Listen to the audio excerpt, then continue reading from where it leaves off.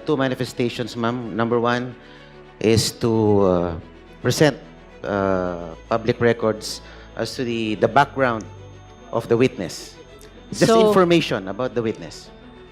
If that pertains to the credibility of resource person Ramil Madriaga, I will have to prevent you. With all due respect, Honorable Marcoleta. Not really about the credibility, ma'am, but about the character of the witness. The character and the credibility identity are of the one and the witness. same.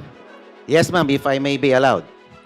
And therefore, you are not allowed because character is credibility. To strike from the records the remarks of Representative Marcoleta There is a pertaining to the motion to credibility strike of the out from witness. the record pertaining to the statements pertaining to the credibility of the witness. Is there any second? Same has been seconded. Any objection?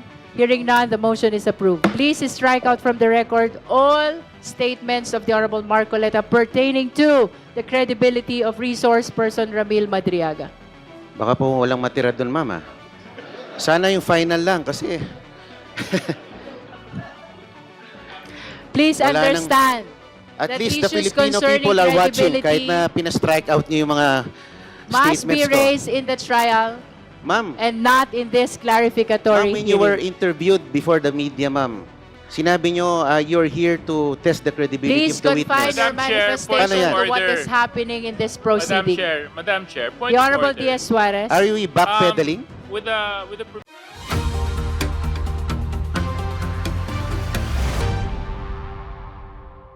I take it to mean that despite the approval of the chair to allow Mr. Madriaga to leave the House premises, I'm still allowed to make a manifestation? So long as regarding it the is witness. relevant to the subject matter of this impeachment hearing. Yes, ma'am. Thank you, madam. You may proceed. Two manifestations, ma'am. Number one is to present public records as to the background of the witness. Just So- information about the witness. If that pertains to the credibility of resource person Ramil Madriaga, I will have to prevent you. With all due respect, Honorable Marcoleta. Not really about the credibility, ma'am, but about the character of the witness. The character and the credibility identity are of the one and the witness. same. Yes, ma'am, if I may be allowed. And therefore, you are not allowed because character is credibility. Ma'am, if I may clarify, prior to this hearing, I saw reports that you said that the purpose of this hearing is to test the credibility of Mr. Madriaga. But now we are now denying At least The with objective of respect this to the hearing. contents of the affidavit. affidavit. So long as it is contained in the affidavit, then we are confined in the limitations of a clarificatory hearing. So ang manifestation, ma'am, should be confined only to the We can test the directive of the chair. credibility so long as it is Okay, ma'am. limited to the contents ma'am. of the affidavit. Then I will go to the second manifestation. Okay. This is also regarding the affidavit itself. Okay, you may proceed. Okay, ma'am. Thank you, ma'am. I have carefully reviewed the written testimony, and I am compelled, as member of this House and as a representative of the Filipino people, to formally place on the record observations that I believe this committee must confront before it receives, admits, or gives any weight to this document. The issues I will raise go not merely to credibility, but about the it is about the content of the affidavit itself. Number one, Madam Chair, I respectfully submit the following. Number one, the testimony is entirely uncorroborated and rests solely on the word of a detained criminal suspect. You are touching on the credibility again. Ma'am, but And this is about please, the It has been testimony. amply discussed, Honorable Marcoleta, that even suspects are presumed innocent. Hindi pa po convicted si Ramil Madriaga, and he is entitled to that presumption. So let us refrain from making reference to the fact that he is detained in going against the contents of the affidavit? Ano lang po ang pwede kong sabihin, ma'am? Anything that is about, Ang that is nangyayari kasi contained dito, in the affidavit. Madam ang Chair. gusto lang pong mapakinggan dito kay kung ano lang naaayon sa mga miyembro dito. Paano po yung mga You posisyon are- naman na nasa kabila? You're making mention about the fact that he is a detainee because of your intention to question his credibility. As you have said, Ma'am, you want to if I may be tackle allowed his to finish the character? statement, it's Yes. just, the one I mentioned is just a title. I'm not even going to the body of my manifestation, ma'am. Ano, title pa lang po ang sinasabi ko. I'm being prevented All na right, from please speaking. proceed. Thank you, Madam Chair. The written testimony makes sweeping and dramatic claims about alleged high-level private conversations between former President Rodrigo Duterte and others, including a purported agreement to use President Marcos merely as a political tool and unseat him by 2025, alleged plans to sabotage the administration of a sitting president, discussions about assassination by poisoning or other means, plans for a military coup and the siege of Malacanang Palace, and the witnesses' own alleged role in recruiting criminal syndicates, underworld gangs, and Mindanao mercenaries for a destabilization scheme. Madam Chairman, I ask this committee to carefully consider the following. Not a single one of these claims is supported by any document, any recording, any other named witness, or any contemporaneous written record of any kind. We are being asked to accept as evidence in a constitutional impeachment proceeding the bare and uncorroborated written recollections of a man Parliamentary inquiry, currently Madam detained Chair. for There's a kidnapping. parliamentary inquiry, for Honorable ransom. Marcoleta, if I may Parliamentary interrupt. inquiry, Madam Chair. Yes, what's the Madam parliamentary Chair, may I inquiry? know if member of this committee is allowed to make an observation? A manifestation, ma'am, is tantamount to an Honorable observation. Marcoleta, please allow the chair to answer. Non-members are allowed to manifest, but they cannot raise question, they cannot vote. Thank you, ma'am. If I may continue po. You may continue.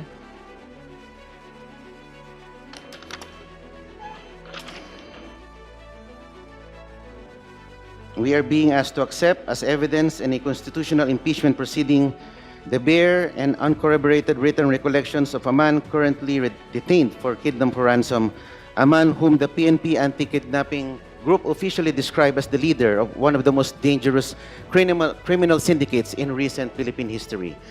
The standard of evidence in an ordinary criminal case already demands corroboration of testimony from interested or compromised witnesses. The standard in an impeachment proceeding, which carries the gravest of political and constitutional consequences, must demand no less and arguably demands far more. Number two, Madam Chair, the witness places himself as an active participant in the very conspiracy he described. Madam Chairman, I wish to draw the committee's attention to a point that I believe has not been sufficiently examined. This witness is not a passive observer of the events he describes. By his own written account, he is an active and willing participant in them. According to this written testimony, if I may read, Madam Chair, the witness claims he was personally consulted by the former President, Duterte, and offered strategic advice. He personally recommended the creation of a dedicated security unit for the Vice President and identified its headquarters. He claims he was given specific assignments to recruit civil groups, school clubs, fraternities, underworld criminal gangs, and syndicates as part of an alleged plan to destabilize the government. He describes having knowledge of and apparent proximity to discussions about assassinations, coups, and the assault of the presidential palace. Madam Chair, if we take this testimony at face value, then the man sitting before this committee is not merely a witness. He is, by his own admission, a co-conspirator in a criminal enterprise of the highest order. He is a man who claims to have knowingly participated in plots that, if true, would constitute rebellion, sedition, and conspiracy and conspiracy to commit murder among the gravest crimes under Philippine law. This raises a question that this committee cannot in good conscience ignore. Why is this self-confessed co-conspirator being presented here as a credible witness rather than being investigated and prosecuted for the crimes he himself admits to participating in? And more importantly, has this witness been offered any form of immunity, protection, or accommodation in exchange for this testimony? If so, this committee and the Filipino people have an absolute right to know. Ramil Madriaga stated earlier that his giving testimony to this committee is not in consideration of any offer coming from anyone. May I make a manifestation, Madam Chair? The Honorable Chua.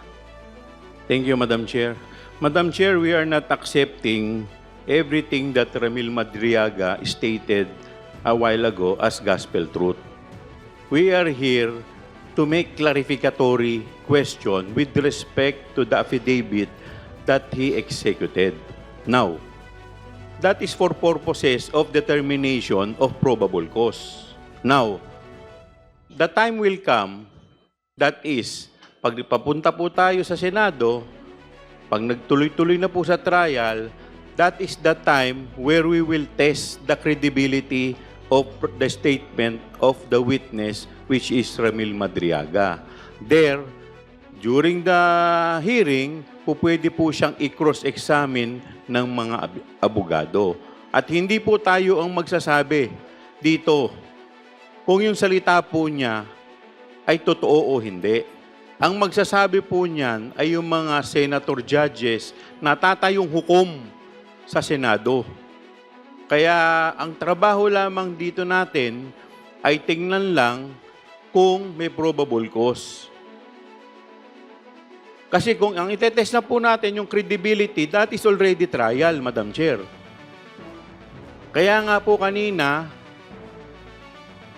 lahat po ng mga miyembro, kung mapapansin po ninyo, halos nakatikim po ng objection sa ating Madam Chair dahil yung mga tanong po nila ay wala na sa affidavit at yun po ang tinatawag na probing question na.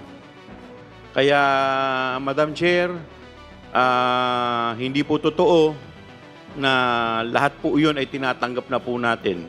Hindi po porke pinagbigyan natin si Ramil Madriaga na magsalita, ibig sabihin po, yun na ang katotohanan. Malalaman po natin ang katotohanan pagdating po sa Senado. Maraming salamat po. Madam Chair. Madam Chair. Honorable De Lima, and then we go back to Honorable Marcoleta. Gusto ko lang pong dagdagan yung sinabi ni Representative Chua. Ang parang pinakapunto po ni Representative Marcoleta is that kapag co-conspirator ka o kaya insider ka, may mga alam ka dahil kasama ka sa mga gumawa ng kung mga ano-ano, ay hindi ka nakapanipaniwala. May I again cite a jurisprudential rule, Napoles versus Sandigan Bayan, GR number 224162, November 7, 2017, the Supreme Court ruled that the mere fact that the whistleblowers were conspirators themselves does not automatically render their testimonies incredible and unreliable. Kasi alam niyo po yung mga insiders, sila yung may mga alam. We can recall also, we can point out also the cases of in the case against the former president before the ICC, sila Edgar Matubato, sila Arthur Las Cañas. These are co-conspirators, these are insiders, but their testimonies are considered by the prosecutors, and that's why they are the star witnesses among the star witnesses in that case. So hindi po yan tamang argument na kapag na alam mo, meron kang alam, kasi we can see from the testimony, the totality of the testimony, the supplemental affidavit of Mr. Madriaga, that he's an insider, well-entrenched, maraming alam. And in fact, yung pagiging insider, that bolsters one's credibility more often than not. Bolsters one's credibility. But sabi nga ni Representative Chua, hindi naman ibig sabihin ay paniniwalaan na natin lahat ng sinasabi ni Mr. Madriaga. Kasi ang sinasabi nga po dito, against Napoles versus Sandigan Bayan. If it is shown that the statements of the conspirator are corroborated by other evidence, then we have convincing proof of veracity.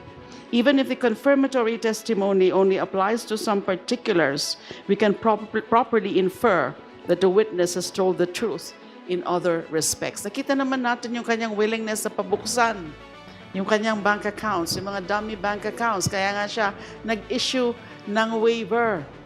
So, ibig sabihin, willing siya na mag-present ng corroborative evidence. Ganon din yung tinanong ko po kanina tungkol dun sa 4 na mga individuals. Although yung isa po, sabi niya ay namayapa na po. So, yung 3, pwede rin po mag-corroborate. But not in this particular stage. Pwede sa trial kung kailangan ng corroborative evidence. Thank you. Honorable Marcoleta? Opo, if I may continue, Madam Chair. Yes, I hope you are listening also to their manifestations. Yes, ma'am. because I they highly are- respect the opinion of They are Congressman De in Lima. response to your statement that he is a conspirator in the alleged acts committed by the former president. This is actually tantamount to a declaration against interest. You may continue. Number 3, the extraordinary nature of the claims demands an extraordinary standard of proof. Madam Chair, there is a principle recognized in law, in logic, and in common sense. Extraordinary claims require extraordinary evidence. The allegations in this written testimony are not ordinary. They include a sitting president being orchestrated as a puppet to be discarded on a predetermined schedule. Presidential assassination by poisoning as a contingency plan. A coordinated military coup involving active and retired AFP and PNP officers. The planned siege and assault of Malacanang Palace by hard militants and mercenaries, and the recruitment of underworld criminal networks to trigger civil unrest. These are not allegations, Madam Chair, of budgetary irregularities or administrative lapses. These are allegations of a massive, multi-layered conspiracy, criminal conspiracy at the highest levels of Philippine political and military life. If true, they would represent the most serious threat to Philippine democracy in recent memory. And yet, they are presented to this committee supported by nothing more than a handwritten account from a man facing serious criminal charges If I of his may own. interrupt, Honorable Marcoleta, regardless of the nature and the amount of information that is being disclosed in the affidavits of the resource persons, our standard here is only probable cause. Thank you, So Madam. let it be placed on record that what we're trying to establish here is the existence only of probable cause. That is regardless of the amount and the nature of the information disclosed. Madam Honorable Chair, Tino. Madam Chair, the Honorable Marcoleta just mentioned that he is reacting to a handwritten account, a mere handwritten account of Madriaga. Pwede po, may I ask the representative to read that part of his statement again? May I correct that if kung ayaw mo ng handwritten, typewritten. Hindi po.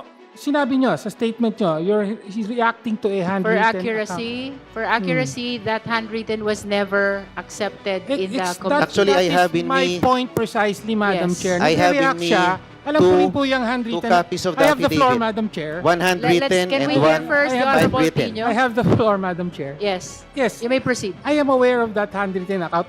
Umikot po yan sa social media kahapon. May mga photos ng handwritten account allegedly by Mr. Madriaga na ang nilalaman ay tungkol sa sinasabi niya, no, yung alleged destabilization plot. However, Madam Chair, malinaw na hindi yan bahagi ng proceeding na That's ito. correct.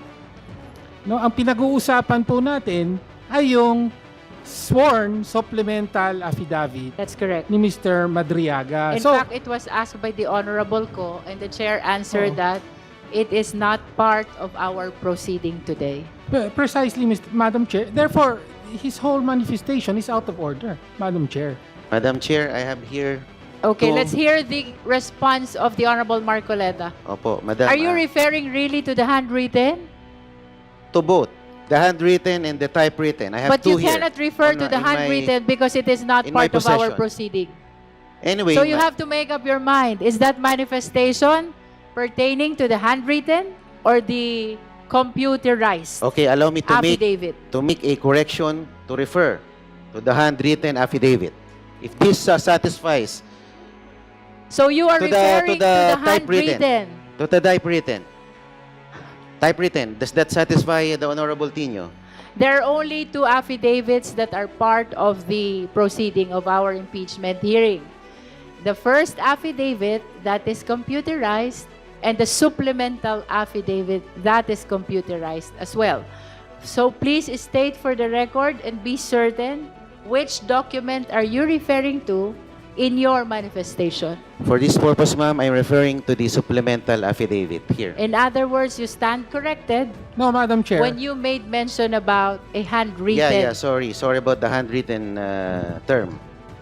All right. Well, let me just point out na Honorable hindi, Tino. hindi po eksakto at hindi pareho ang dilalaman That's correct. nung supplemental at saka nung sinasabi niyang handwritten. Kaya Opo. hindi po pwedeng sabihin lang ng ni Representative Marcoleta, well, I'm actually referring to the Okay, so please make sure When that I- your manifestation Opo. is contained or part of the computerized two Yes, ma'am. affidavits of the resource person. Opo, You may continue. the whole content of my manifestation refers to the supplemental affidavit.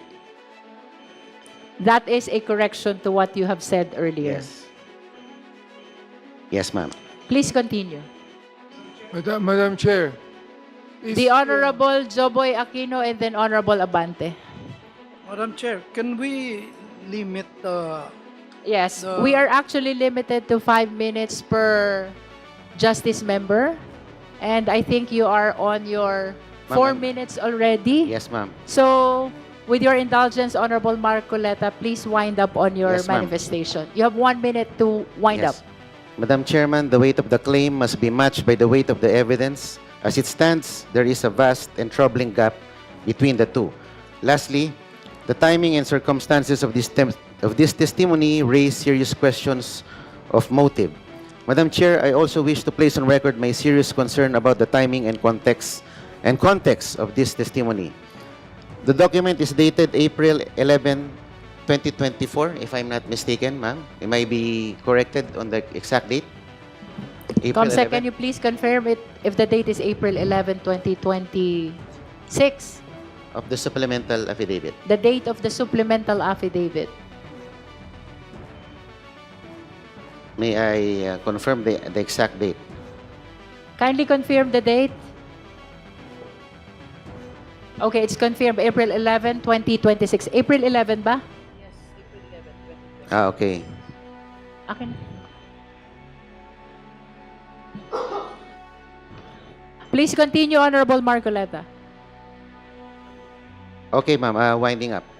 Let me skip that part, ma'am. Okay, Kasi skip. Madam akala Chair. ko this is 2024.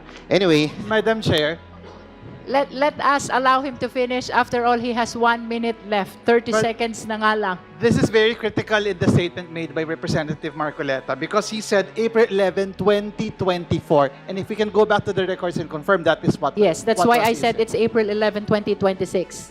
kaya I nga po corrected kino-confirm Honorable ko, Marcoleta. Madam, Representative Sendanya, that's why I'm verifying the actual date of the supplemental affidavit. So for Are you the- holding a copy? Opo.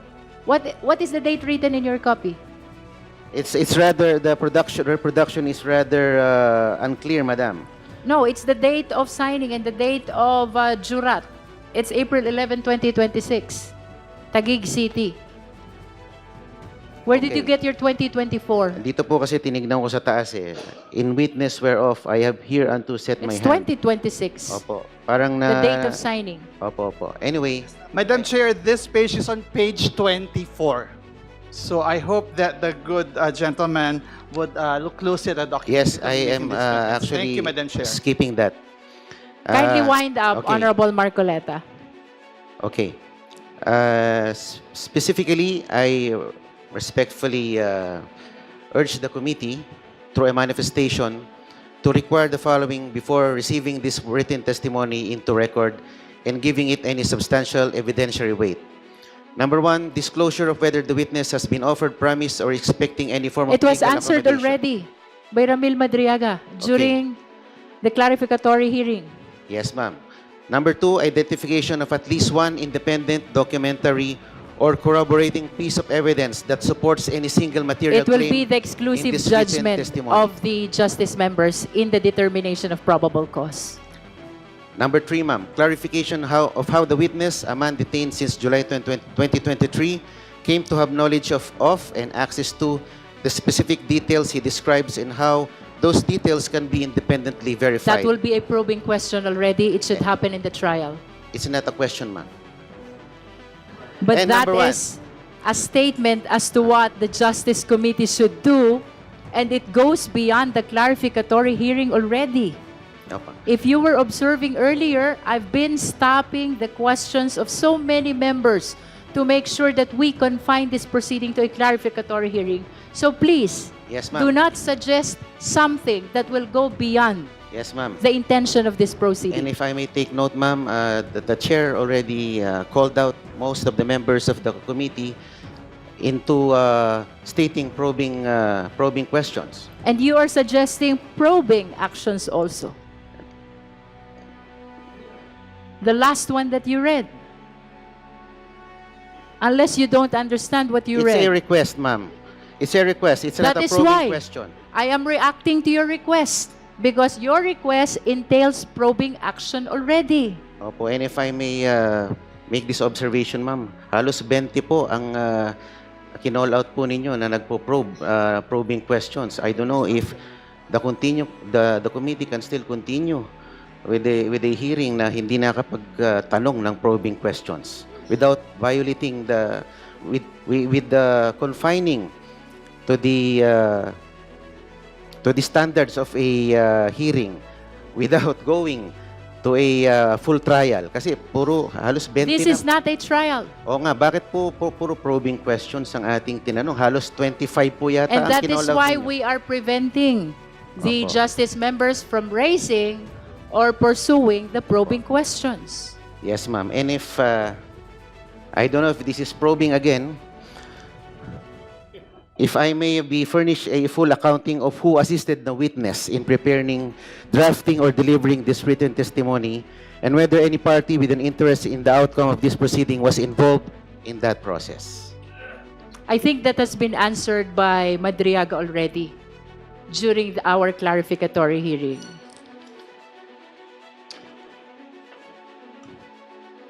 And my final remark, Madam. Madam Chair, the impeachment of a sitting constitutional officer is among the gravest acts this House can perform. It must rest on a foundation of truth, verified, corroborated, and credible truth. A written account from a detained suspect containing sweeping and unverified allegations of You are assassination. touching again on the credibility of the resource person. With all due respect, Honorable Marcoleta. Madam Chair, I move to strike off from the records the remarks of Representative Marcoleta There is a pertaining to the motion to credibility strike of the out witness. from the record pertaining to the statements pertaining to the credibility of the witness. Is there any second? Same has been seconded. Any objection? Hearing none, the motion is approved. Please strike out from the record all statements of the Honorable Marcoleta pertaining to the credibility of resource person Ramil Madriaga. Baka po walang matira doon, Mama. Sana yung final lang kasi Please Wala nang- understand at that least the issues Filipino concerning people are watching kahit credibility na pina-strike out niyo yung mga must be statements ko. raised in the trial Ma'am, and not in this clarificatory when you were hearing. interviewed before the media, ma'am, sinabi nyo you're here to test the credibility Please of the confine witness. your Madam Chair, manifestation point of to what order. is happening in this Madam proceeding. Chair, point The of Honorable order. Diaz Suarez. Are you backpedaling? With the permission of Congressman Marcoleta, I think we've given the gentleman enough and sufficient time to explain and expound on his position.